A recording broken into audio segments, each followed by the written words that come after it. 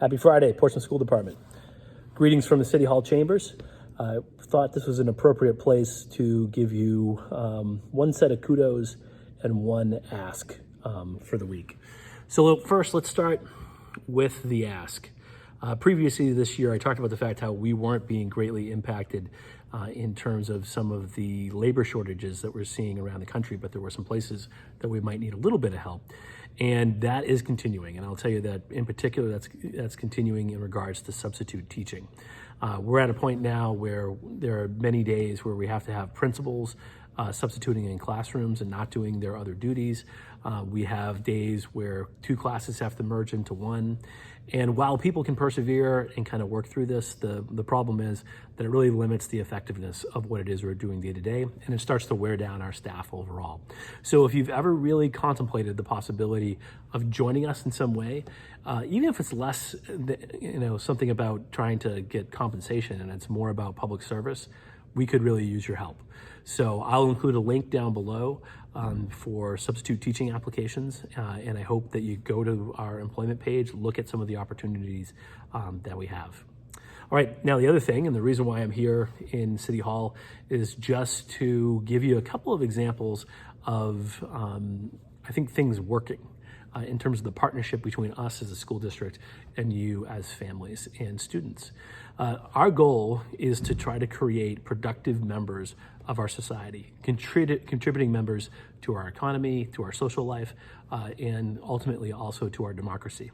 And I want to include down below two opportunities to see youth and students in our community in action at two different levels of government here in Portsmouth.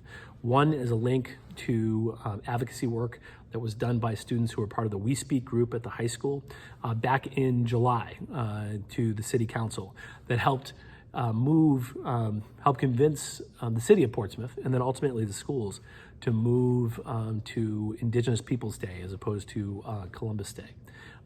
You'll see some very articulate students talking about that and picking up the torch from work that had been done from other student advocates in the years past.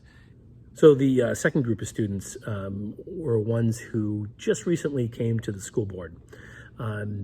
This group of students has been trained as youth leaders through NAMI, the National Alliance on Mental Illness. To become to be in a position where they can train others around how to create a culture where we have an environment where we're cognizant of people who might have suicidal ideation inside of the school system and taking steps to make sure that we keep those people safe. They came to the board, they talked about about the training they had. They gave us a sample training as part of that process. And it continues to help inform the work that we are doing collectively around that issue.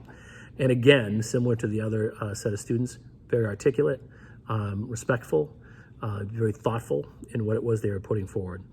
So for me, as much as test scores and state championships are a good indicator of how strong the system is right now and how strong the partnership is between the school system and you as families and students, these types of things are wonderful indicators that things are on the right path. So again, kudos to the school system, to you, and I'm happy to be a part of it.